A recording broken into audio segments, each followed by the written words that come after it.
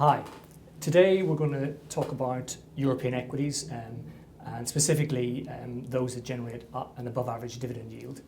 To help us talk through some of the issues, we're joined by Olly Russ from Argonaut Capital Partners.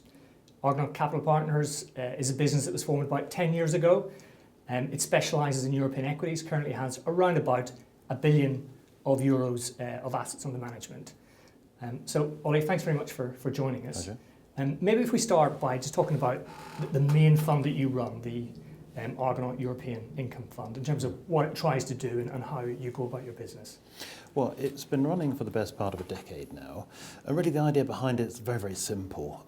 Everyone knows about UK equity income funds, which have done great service for investors really over the last few decades, and they remain, in my view, a great investment. However, there's absolutely no reason you can't do exactly the same type of fund in continental Europe, and maybe one or two reasons why it's a little bit easier to do in continental Europe than maybe it is in the UK right now. And at its heart, really, it comes down to diversification. The more UK equity income funds you buy, the more likely it is that you will duplicate underlying holdings at a stock level. Any overseas income fund, be it Europe or anywhere else, should help diversify stock risk, sort of diversifying by currency, type of economy and things like that. So I think there's a part to be played for diversification's sake in most people's portfolios, perhaps. But also, the thing about Europe is it does have surprisingly high yields. I think there's a folk memory, maybe, that Europe is lower yield relative to the UK. That's not really been the case for some years. They're very, very similar. Sometimes Europe yields more than the UK, sometimes less. Certain areas of Europe might yield a bit more, sometimes a bit less. But in general, anything you can do in the UK, generally, you can do in Europe as well. Okay, well maybe we'll come back to some of those specific areas in Europe where you can get this yield. But maybe first of all, if we just talk about European equities in general. So this time last year, very much out of favour. And although I don't think the headlines have improved materially, the equity markets in Europe certainly have. What's behind that, and what would your outlook be from here? Really, I think what you've seen is, you're absolutely right. Last year there was a bit of an economic slowdown in Europe, probably caused by the Ukrainian crisis to some degree. So the major economies of Europe by the mid to late summer were beginning to slow down to almost zero level. Now you have seen the economic situation start to pick up quite meaningfully in parts of Europe since then. I know the headline data's felt as if it's been nothing but negative coming out of Europe, but actually relative to expectations it's been pretty good. Much better than the US, for example, if you look at things like economic surprise indices. So the economic situation is certainly less bad than it was.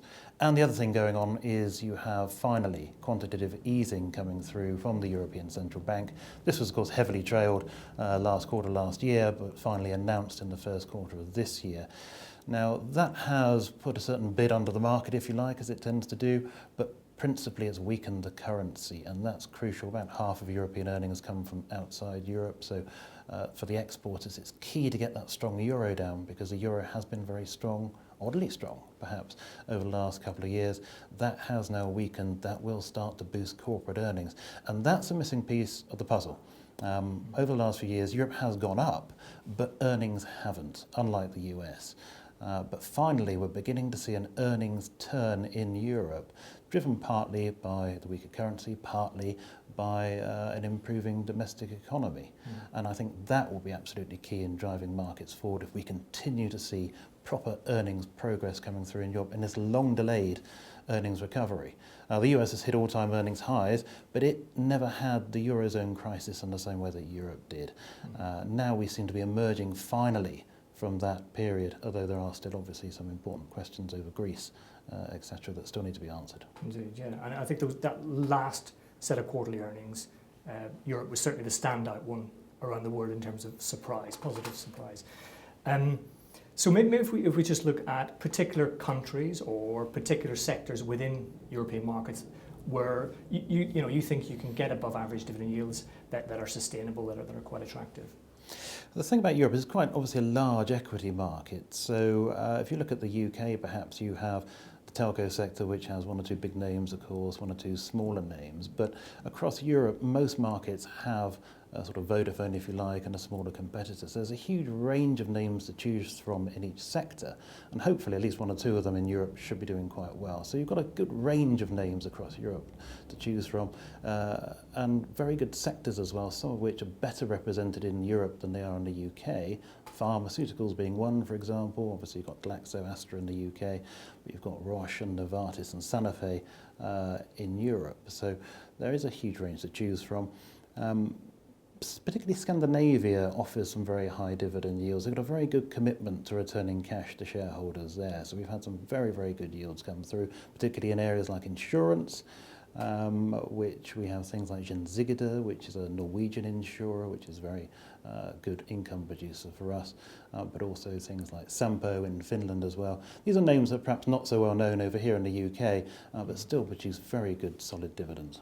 Okay. And maybe if I was to ask you to take one particular stock, one particular company, where maybe you could give listeners a bit of a more of a flavour for the type of business you invest in, and maybe the sort of yield that these businesses generate, and maybe potential earnings growth as well. Yeah, there's various parts of the portfolio have different types of stocks. So the bedrock, if you like, is the solid income generators that actually maybe have quite a dull story to them, but for all that prove to be quite significantly good investments. I'm thinking of things like Turner, for example, which not many people have heard of here. That's the Italian national grid, and it's been one of our better performers over the best part of a decade now. Just runs its business very, very well and returns all spare cash to shareholders. Not a very exciting story, but a great investment. More exciting story, perhaps, you could see in areas like Drillisch, which we own, which is a German virtual mobile operator. Basically, they don't have their own network. They rent or buy space from the existing mobile network operators, and then they try and produce a sort of discount budget version, which they sell on to consumers. And these are customers that really the main operators aren't that interested in, but it's a good niche business. Now they're hoping to take on 4G and really boost their subscriber base. If they manage to meet their targets, we could be looking at a potentially 10% yield in 5 years' time based on the current numbers, based on their free cash flow forecast perhaps. In the meantime, you're getting 4 to 5% while you wait for that one. So that's one with meaningful growth perhaps coming through, but is still high yield. Okay, great. Thanks for that, Olly. And maybe if we just finish off with just a question on alignment of interest. We're always very keen to see the extent to which managers have their interests aligned with investors. Is that something maybe you can talk to us about? Absolutely. I mean, as one of the founding partners at Argonaut, of course, we're very geared into the success or otherwise of the funds, and my personal investments are certainly mostly in the funds themselves, and more importantly, perhaps, so is my wife. So we're pretty tightly aligned. Okay, great. Well, thanks very much for your time. For anybody who would like more information on the Argonaut European Income Fund or its sister fund, which is an enhanced income version of that, please contact your wealth planner or your broker.